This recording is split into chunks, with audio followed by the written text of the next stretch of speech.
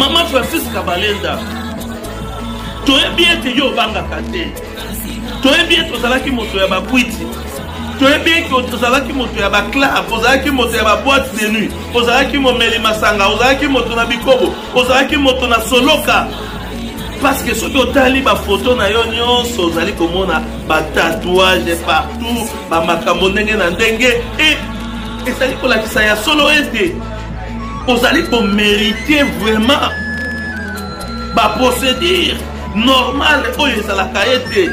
olandela yo balandela yo po obongwana ya solo. Parce que oyo ezali na kati na yo ezali kaka na monoko te kasi ezali na makila.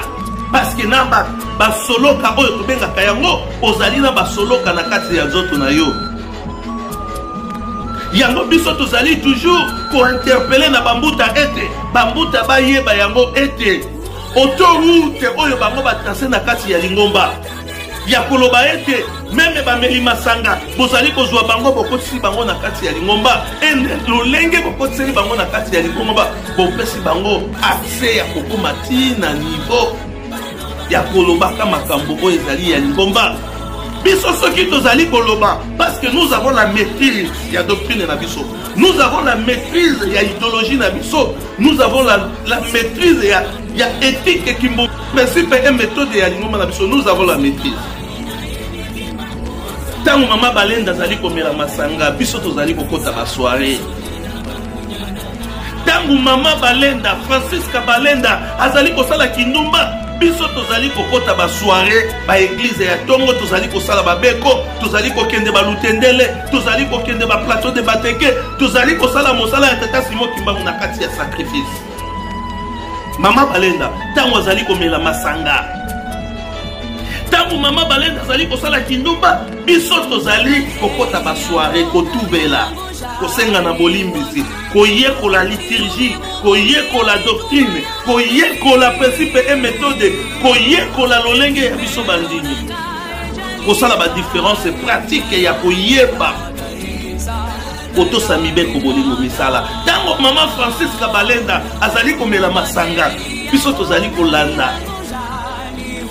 mokonza bula azali koloba tozali kokota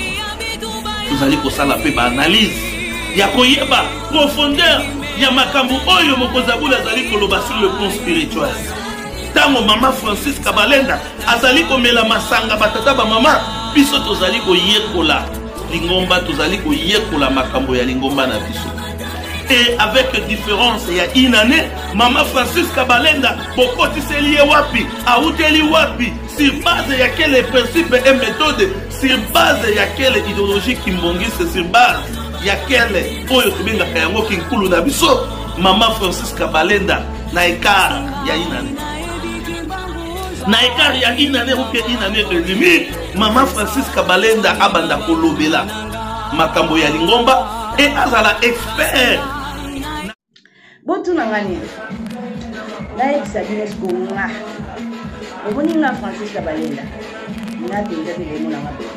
na wuti na musi muba zibo mona bana wana kubomona obomona video bomoni wana na omela wana eza kutu maltina tellement na journaliste na la journaliste ya libanda na sa journaliste na yamba ba musicien kongana koma kosala tata c'est grâce à tata moyo mosanzo nzambe na ngo parce que mon diama nazaki journaliste ya libanda so wana eza maltina na baloli papier bona sala publicité ya masanga te ya maltina te mais est-ce que nga na ndobela de whisky nzamba whisky makasi boîte ndenda kuna bale ko lala na boîte na mkana boîte na ki mutalo yenge impossible à 100% nga musko na yebisa bino mutalo yenge na tisa ba $3000 na boîte boyo kana silisaka mbongo na boîte na boke de boîte ya kutana baba bandi bakale ngai mais na kozonga na ndako na zwimbo na ke continue ambiance nga azaki ambiance 16 ya somo ya grave ozoka na sali ba via lo yenge okubomoni yango te okubomoni eza mukie na sali ba via lo yenge ya lo yenge ya lo yenge ya lo yenge dans la sali vignonso la sali vignonso donne na boy la sali vignonso libanda